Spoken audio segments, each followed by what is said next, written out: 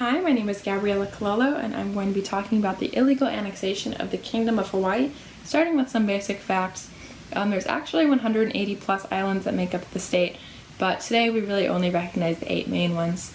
Going back much farther, the Hawaiian history is very rich, very sophisticated people, social people, religious people, self-governing people. This is really thwarted in about the 1820s when missionaries came in, and similar to the Native Americans, they saw the Native Hawaiians as evil and having black magic, and they tried to convert them to their westernized version of life.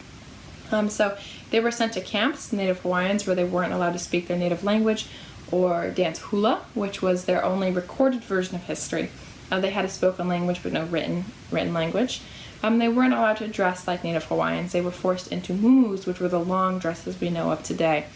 Talking about how sophisticated these people were, in 1879, Iolani Palace was built. So yes, the United States does have a palace. They do have a monarchy. It still stands today in Hawaii. And Iolani Palace actually had indoor plumbing, running water, all that fun stuff, before the White House did. So these people were very progressive and very self-sufficient. In 1887, Queen Liliuokalani, who will be the last reigning queen of Hawaii, travels with her cabinet to the Crown Jubilee, Queen Victoria's Royal Crown Jubilee in London, to have political discourse and talk to other representatives from other states as her political leader.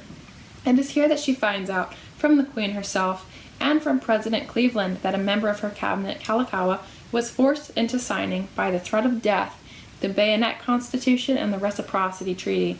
What these did was limit power to the monarchies, give control of Pearl Harbor over to the United States, and meddled in the control of American businesses ran and operated in the state of Hawaii.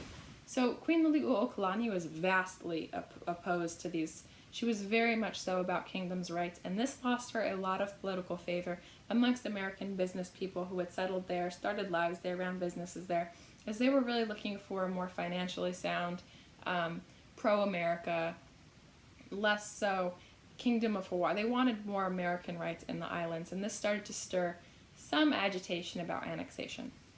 In 1890, the McKinley Tariff was put in place, which was a tax on foreign goods that came into the country of up to 50%.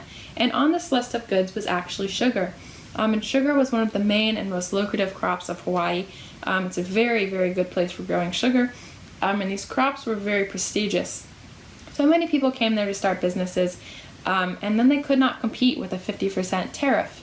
So in 1891, Liliuokalani drafts the new constitution, which gives rights back to the kingdom, very much so trying to rewrite the Bayonet Constitution and reinstate her power as a monarch.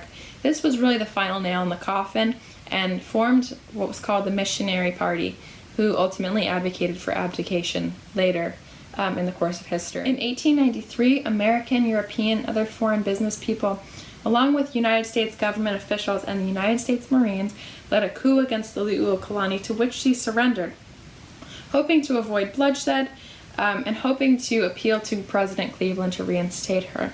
This ultimately did not happen, as the matter got pushed until Cleveland left office, at which time the supporters of Liliuokalani had been arrested and faced the death penalty under a temporary government led by Sanford Dole, who became the first governor of Hawaii later on. In order for the lives of her supporters, which were the Native Hawaiians at the time, to come back and to not be ordered to death, these people, she actually was forced to sign the official abdication of her throne, and in return for surrendering her right to rule the Kingdom of Hawaii, her supporters, or the Kingdom of Hawaii and the Native people, got their lives back. In 1895, the Hawaiian royalists tried to reinstate her power, but Queen Liliuokalani was tried before a military tribunal, sentenced to 5 years in prison with hard labor, which ended up being downgraded to house arrest. As far as the official annexation, President McKinley was ultimately the one who called this into effect. He ignored the petitions for a popular vote amongst the people of Hawaii for annexation, and knew that he wouldn't get the 2/3 vote he needed in the Senate. So instead he called for a joint resolution of Congress, which is the same way we actually received Texas as a state. The Spanish-American War was starting to stir, and so Congress ultimately decided that if we as Americans didn't annex Hawaii, the Japanese would, and this was too far valuable a military base location lose to an enemy or to an opponent. So we did ultimately end up voting to annex the islands. In 1959, Hawaii becomes the 50th state. It wasn't until 1993 that the United States recognized what they had done wrong, drafting in Congress the Apology Resolution, which was signed into law by President Clinton in 1993, as I said, and it reads, "Prior to the arrival of the first missionaries, the Native Hawaiian people lived in a highly organized, self-sufficient, subsistent social system based on the communal land tenure with sophisticated language, culture, and religion. Whereas the indigenous Hawaiian people never directly relinquished their claims to inherent sovereignty.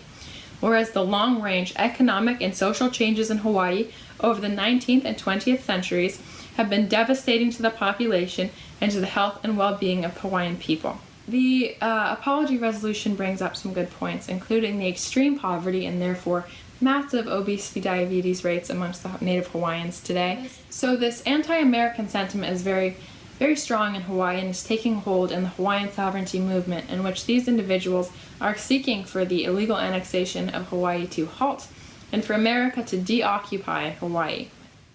Oh, it is important as Americans to know our history, know our indigenous people, recognize the rights of these people, and to really just know what is going on around us in order to best serve all of our fellow Americans. So thank you very much for listening today. This has been a very short recap on the illegal annexation of Hawaii.